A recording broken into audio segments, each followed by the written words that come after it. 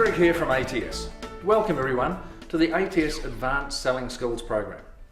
Today we're going to be reviewing presentation skills. In our section on presentations, we discuss the 9 key steps to making a winning presentation.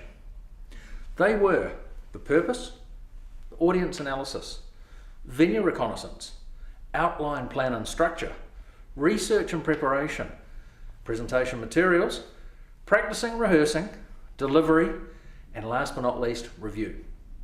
Today, we're going to mainly concentrate on the purpose of the presentation and the outline and plan of it.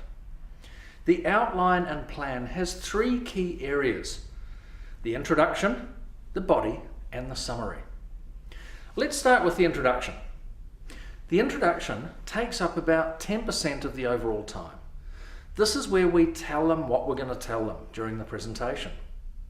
The body takes up about 80% of the overall time, and this is where we tell them all the information. Lastly, the summary and questions, which again takes up that final remaining 10%. And this is where we summarize the information we gave them. In other words, we tell them what we've just told them. So some of you may have heard that old adage actually, which states, tell them what you're going to tell them, then tell them what you told them. Let's start with the introduction. As I mentioned previously, the intro takes up 10% of the overall time, and it's critical, as this is where we set the tone for the entire presentation and hopefully capture the audience's attention. It tells them what we're going to cover and how we're going to do it. The first thing we do is to capture their attention. So we give our presentation a strong title. Is it catchy? Does it sound interesting? Does it tell me what's in it for me? Does it stress a benefit to the audience? At the end of the day, does it sound like something not to be missed? As well as a catchy title, you might also add in a little story or an anecdote, which incorporates the key pieces of information contained within the body of the presentation. Next, we tell the audience what the objective of the presentation is. That way they know exactly what's expected of them. You might say something like, the aim of my presentation today is to give you the information you need to feel comfortable moving forward with my company as your supplier of whatever it be. Along with the aim of the presentation, we also have to outline what you're going to cover during the presentation. We might want to say something like, today, I'm going to give you a brief overview of our company and the achievements to date. Then I want to cover the range of products we have available. And lastly, I want to run through the list of advantages and benefits that you'll receive by using our products and our organisation. Regardless of whether you're going to invite questions throughout the presentation or not, you should always allow time at the end of the presentation for questions. So as part of the introduction, make sure you also tell them that there's going to be time at the end for questions.